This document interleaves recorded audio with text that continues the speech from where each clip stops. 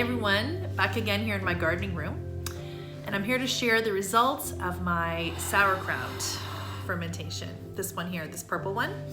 This one I started about, well, November the 16th, so it's been just under a month, but I think it's ready.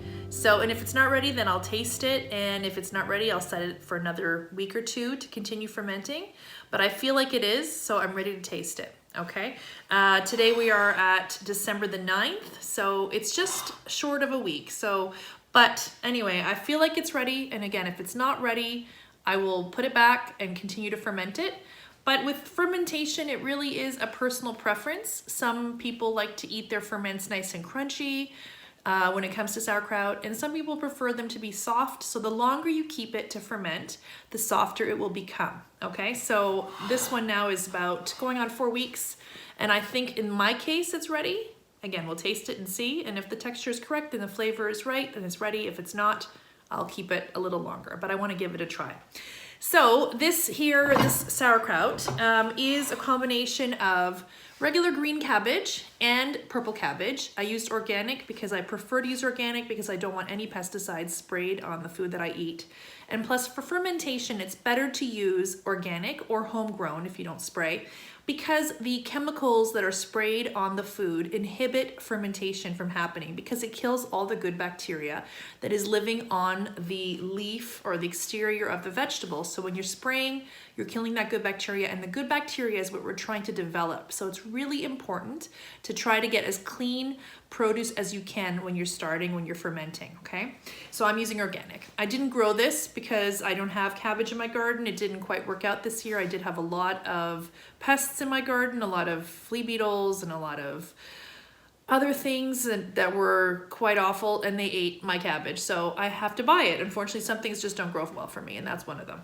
Anyway, so I'm gonna taste this cabbage. So the cabbage is, sorry, back to it. I have, so the 2 colors of cabbage. I have some carrot and a little bit of green onion. That's it. I thought I would try a little bit, something different. And then a salt brine solution, and the salt brine that I use is 3%.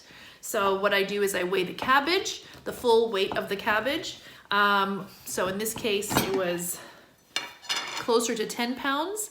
And then I calculated what 3% of that would be. So you do a calculation, you calculate. So if it's 3 pounds, you would then convert that into grams, calculate what is 3% of that number, and that's how much salt you would need for this fermentation.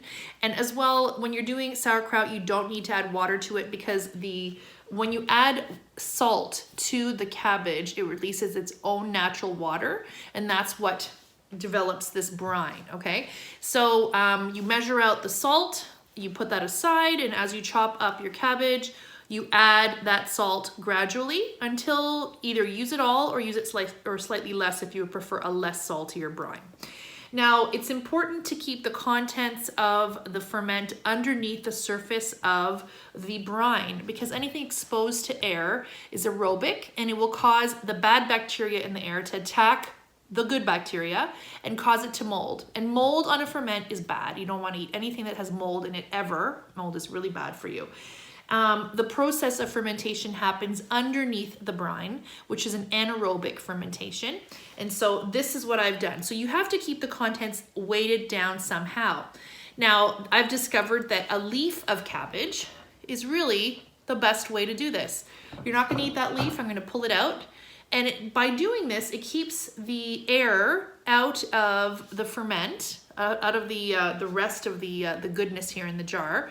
It keeps it down, it keeps it weighted. There are other things you can use, like pickle pebbles, which are basically glass flat discs that are sold specifically for fermentation, and they hold down the contents. You can also use a plastic zipper bag and fill it with water, and that will fit nicely. And I did that the last time I did one of these sauerkrauts. That will fit nicely inside and fill in all the gaps, and then no air would come in. You can also use stones that are sterilized that you'd find outside, and then you can weigh that down with that. There's really a lot of things. You can even use a jar filled with water that fits like in here to weigh down the contents. But I found that this leaf was a really great idea. Some people also use, depending on what the ferment is, even like some skin of onion would be good. You just push that down. Okay, so I'm gonna get started. I'm going to pull out this top leaf in order to expose the contents. So you see there's no mold actually, it's just a little bit dry, but it did not mold because the cabbage leaf is so firm and tough. And inside here, I have another cabbage leaf because I put 2 just to make sure. I'm just gonna take this one out. I put 2 in, so to make sure that there was no water getting in, no air getting into the contents, okay? This one's nice. Actually, I could probably eat this one because it's all fermented. And now inside here, I have really beautiful, I'm gonna move the camera closer so that you can see this. Okay, I have really lovely sauerkraut. I'm gonna smell it. And if you've smelled sauerkraut before, this is exactly what it smells like. It's got that tangy, soury, pickly smell. It smells fantastic. So I'm gonna take out a little bit and I'm going to taste it, but I'm gonna move the camera back, and I'm sorry about this. Sorry if it gets a little blurry at times. Okay, how's that? Okay, let me get my, I need to be able to get some out. Okay, I think it's ready. Now I'm gonna take out a little bit of this and I'm gonna put it on my plate. Look at the color. The color is so incredibly vibrant. It has not faded at all. If anything, the purple cabbage took over and stained everything purple. So any green cabbage that was in here, you can't tell which one was green, which one was purple, which I really, really like. And it's so gorgeous when it's just in the jar too, when it's just fresh. You see all that bright purple amongst the green. It's just beautiful. But basically it's 1 green, 1 purple cabbage.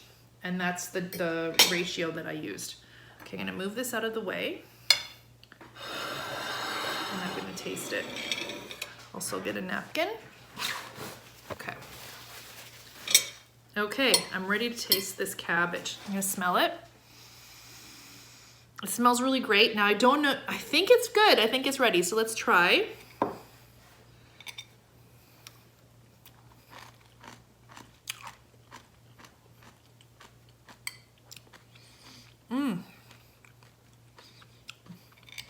So the texture is perfect. It's ready, as I suspected. Very pickly, very tangy.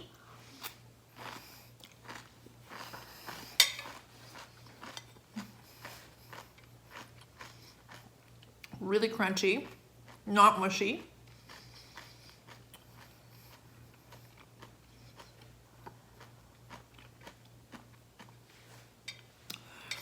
Now, would I leave this longer? Probably doesn't need it. I used less salt, so this time I did a 2% brine solution, salt brine solution.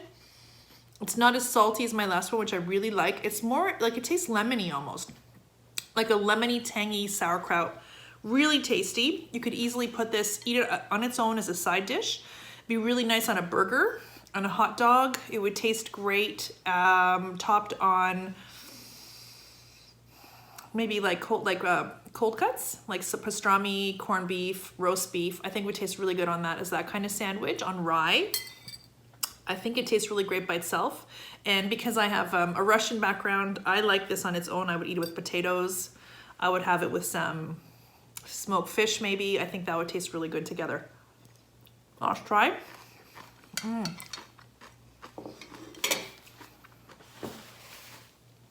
really happy with it. So it turned out fantastic. Now, when you're making sauerkraut, feel free to add whatever you want to it in terms of vegetables. It's really up to you. I really like a more simple sauerkraut personally for me as a personal preference. I just really like the cabbage, so I want the cabbage to have more flavor. Actually, what I did differently with this batch that I did from the previous one is I didn't put as much carrot. So the previous batch that I made is slightly less cabbage, but I used a lot more carrot, so there was a lot more carrot intermingled with it, and it tasted great like that too. Maybe slightly had a little of a more sweeter flavor because of the carrot. This one has less carrot. I can't really taste the green onion that I put in here. If I put apple in here, it would be really nice. Like you could shred some apple. You could actually finely dice some onion, and that would taste really good in here. You could grate some ginger and put that in here. That would taste really good. You could put radish if you like. You could also put daikon radish. You could add kale if you wanted to. Like, it's really, really flexible when you're making sauerkraut. You could basically add whatever you like. It's very, very simple.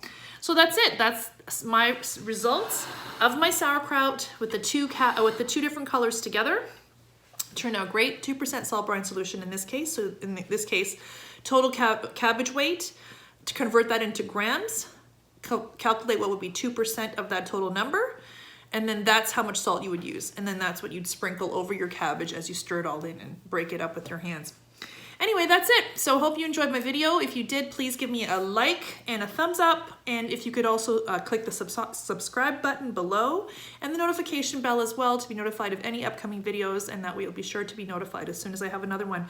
I do have a lot more coming. I'm looking forward to sharing a lot more fun taste test results, as well as gardening tips, microgreens, sprouts, and much, much more, especially during the winter months. And then, of course, gardening tips once we get into gardening season next year. So I hope you enjoyed it. I really hope you guys give sauerkraut making a chance. I'm going to be teaching a workshop in the new year, so I will have that information posted on my website, juliademakos.com. So feel free to subscribe to my website so you're notified of any workshops that come up, especially if you're local, and any webinars as well. So that's it for today. Thanks again for watching. Thanks for all your support, and happy gardening. Talk to you soon.